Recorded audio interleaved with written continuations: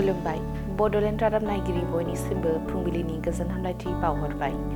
दिनै 24 फेब्रुआरि 2025 इं मायथाइनि सानसेनि फानजामुथियाव थानाय राशिफोरखौ फरायथिनो लाबाय।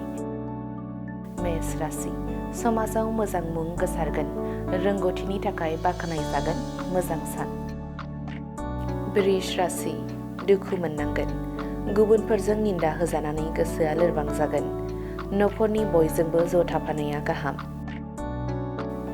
मिथुन राशि रंजानायनि सान, गोसोनि बायदिसिना गाज्रि साननायनिफ्राय उदां जागोन, गोदान थांखि लानो हागोन। कर्कट राशि गोदान लोगोखौ लोगो मोनगोन, गोसोआ रंजाखांनाय मोनगोन, गोजोननि सान। सिंह राशि गोजोन गैयै सान, बिसि फिसायनि गेजेराव दावराव दावसि जागोन, साना गाज्रियै बारलांगोन।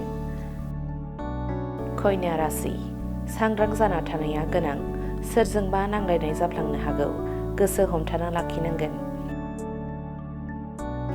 तुला राशि नाजाथाबनायनि फिथाइखौ मोनगोन, गोदान खामानियाव नांथाबनो हागोन, साना गोजोनै बारलांगोन।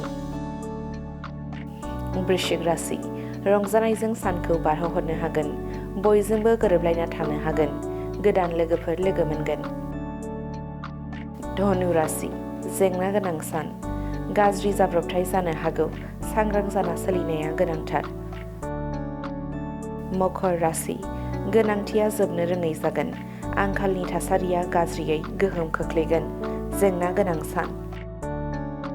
कुम्भ राशि फरायनाय बिथिङाव मोजां जागोन, आनजादाव गाहामै उथ्रिसारनो हागोन, मोजां सान।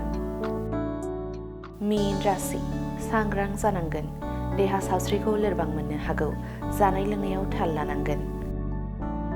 दिनैनि राशि फरायथिनाया एसेनोसै। बेजों लोगोसेनो दिनैनि साना बुहुमनि साफ्रोमबो सुबुंफोरनि थाखाय गाहाम जाथों, बेनि थाखाय बड'लेण्ड रादाब नखरनि जानानै इसोरनि खाथियाव आरज गाबनाय थाबाय।